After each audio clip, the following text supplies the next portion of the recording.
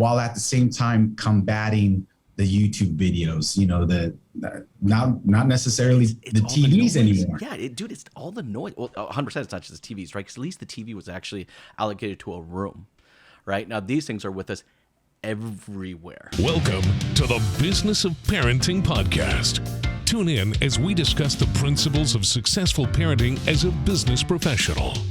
Here's your host, Jason Harris. How can you really kind of continue to move forward with just so many bloody distractions out there? You have personal distractions, you have professional distractions, and I'd just love to kind of get your take of just, how do we navigate parenting with just a world full of distractions?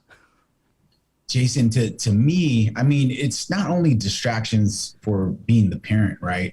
It's the distractions that the kids endure. Oh my gosh, just everything is in front of their face. And then they venture into this land of devices, right? I went to visit a family member the other day, and I was asking someone, I don't want to give any information out, but little boy, and just asking him, he is wearing a dinosaur shirt. And I remember when my kids were this age, right? Mm-hmm. And they knew that we taught them the dinosaurs. We were always constantly teaching them stuff. And as soon as I asked questions, went to this.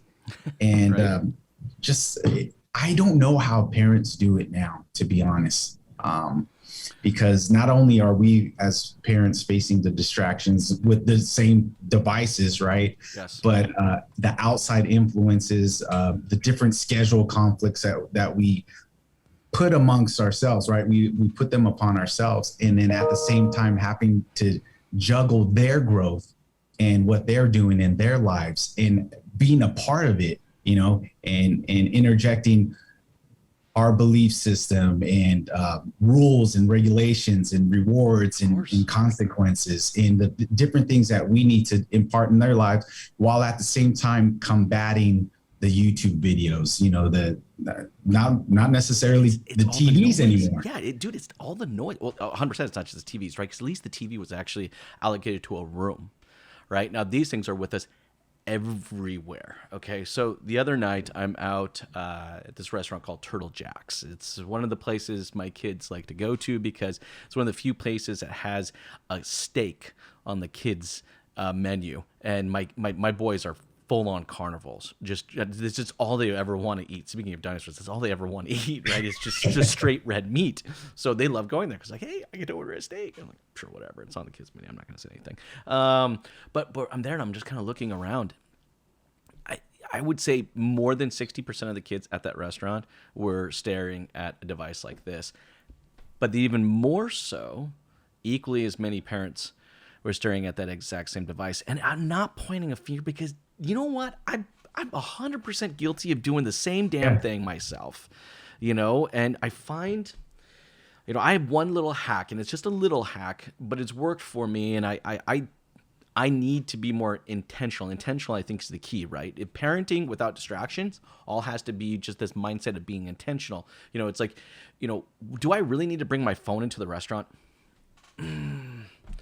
It's like, is someone really going to call me and it's going to be that important that I have to answer it literally during a dinner at a restaurant? Probably not, right? Right. So I've tried to kind of get into the model of the mindset of leaving my phone in the car when I do it. But I don't do it every time, 100%. I don't do it every time, But I started, so one other hack I started doing is scheduling.